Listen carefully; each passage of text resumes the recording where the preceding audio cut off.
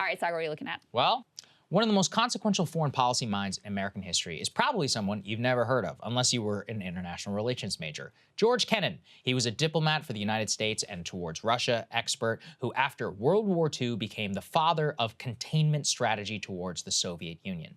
In a nutshell, containment was a winning argument at the time in a debate about how to handle the Soviet Union. On the one hand, you had McCarthyites and others who advocated a policy of rollback, which effectively meant confronting the Soviet Union where they were and trying to push their domination of the Eastern Bloc of Europe back to the core territory of Russia. Kennan's containment strategy recognized the danger of Soviet expansionism, but struck a more defensive tone, that the policy of the United States should be, quote, that of a long-term, patient, but firm and vigilant containment of Russian expansive tendencies. Kennan argued that containing the Soviet Union from further expansion avoided the risk of direct confrontation and that if pursued would eventually cause it to break up. He was right, of course, at the time, in a debate that could have easily led us to nuclear confrontation, and his analysis was built upon years of dealing with the Russians, both before and after and during World War II, having suffered through the trauma of watching millions of people die.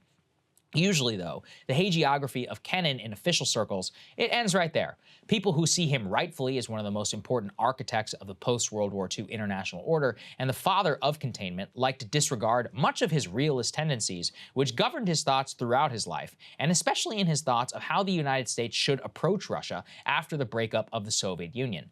Those of you who've been watching for a while will remember Kennan's warnings about NATO expansionism in 1997, when he wrote, quote, such a decision may be expected to inflame the nationalistic, anti-Western militaristic tendencies in Russian opinion, to have an adverse effect on the development of Russian democracy, to restore the atmosphere of the Cold War to East-West relations, and to impel Russian foreign policy in directions decidedly not to our liking.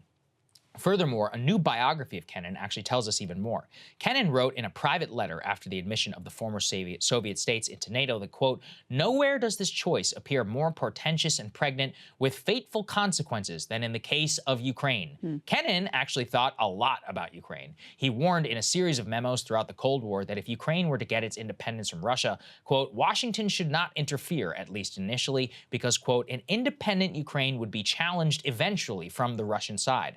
Perhaps an end to this nightmare in Ukraine can be found in his prescience. He actually wrote that for any potential balance of power to work in Ukraine, that the United States should, quote, push for a composing of the differences along the lines of a reasonable federalism. He especially thought it was important for the U.S. to understand the population of Greater Russians living throughout the Soviet bloc and anticipated that should breakup occur, it was important to have a genuinely representative coalition in the region.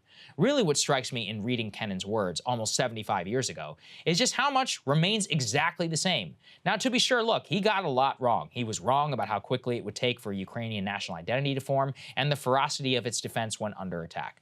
But underlying his analysis was a weary man who went to Moscow in 1933. He lived through the Stalin purges, he saw rivers of blood flow through World War II, and he was animated through his entire life of an intense desire to the end of his days to never see that happen again.